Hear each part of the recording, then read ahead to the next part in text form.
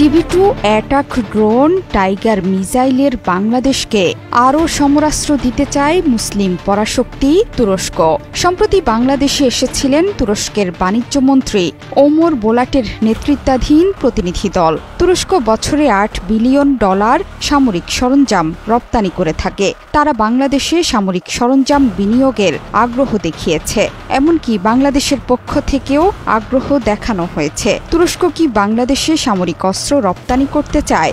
এমন প্রশ্নের উত্তরে বলেন, এ বিষয়ে তাদের আগ্রহ রয়েছে। পাশাপাশি তুরস্ক থেকে বাইরাক্তার TB2 ড্রোন থেকে হালকা ট্যাঙ্ক আমদানির কথাও ভাবছে বাংলাদেশ। বরাবরের মতোই বাংলাদেশের সশস্ত্র বাহিনী দেশের সম্মান ও গৌরব। বাংলাদেশ ভারতের মধ্যে রাজনৈতিক টালমাটাল অবস্থা এবং সীমান্ত উত্তেজনা সব মিলিয়ে ঘোলাটে হয়ে উঠেছে দুই প্রতিবেশী দেশের মধ্যকার সম্পর্ক। এর মাঝেই গুঞ্জন উঠেছে বাংলাদেশে নতুন নতুন সব যুদ্ধ বিমান, ড্রোন এবং যুদ্ধজাহাজ সহ অত্যাধুনিক সব সরঞ্জাম যুক্ত হচ্ছে বাংলাদেশের সামরিক ভাণ্ডারে। প্রতিবেশী পাকিস্তানের বন্ধু দেশ তথা আমেরিকা থেকেও সমরাস্ত্র আমদানির পরিকল্পনা হচ্ছে জানিয়ে প্রতিবেদন প্রকাশ করেছে India.com। পাশাপাশি ভারতও নিজেদের সমরাস্ত্রের ভাণ্ডারকে আরও আধুনিক করতে চাইছে। তবে বাংলাদেশের নাম উল্লেখ করে সংবাদ মাধ্যমটি দাবি করেছে, বাংলাদেশ নিজের প্রতিরক্ষা সক্ষমতা জোরদারে উন্নত অস্ত্র, স্থল আক্রমণ ব্যবস্থা, যুদ্ধ বিমান, হেলিকপ্টার, ড্রোন এবং যুদ্ধজাহাজ আনার উপর জোর দিচ্ছে। সমরাস্ত্র আমদানিতে ভারতের শত্রুদেশ চীন ও পাকিস্তান ছাড়াও যুক্তরাষ্ট্র এবং ইউরোপের দেশগুলোর সাথেও যোগাযোগ করছে বাংলাদেশ।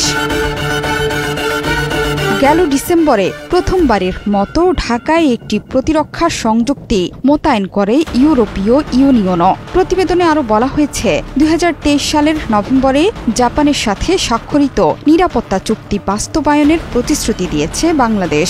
সামরিক চাহিদা পূরণের জন্য ইতালি, তুরস্ক, ফ্রান্স এবং সুইডেন সহ আরও বেশ কয়েকটি দেশের সাথে যোগাযোগ করছে ঢাকা। এর মধ্যে বাংলাদেশ নাকি আমেরিকান ব্ল্যাক হক হেলিকপ্টার কেনার কথাও ভাবছে।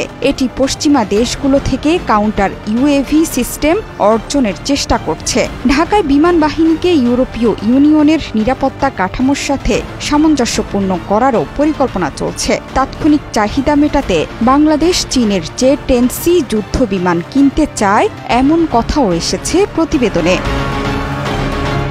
চোপড়া চৌধুরী সেতু, ৭১।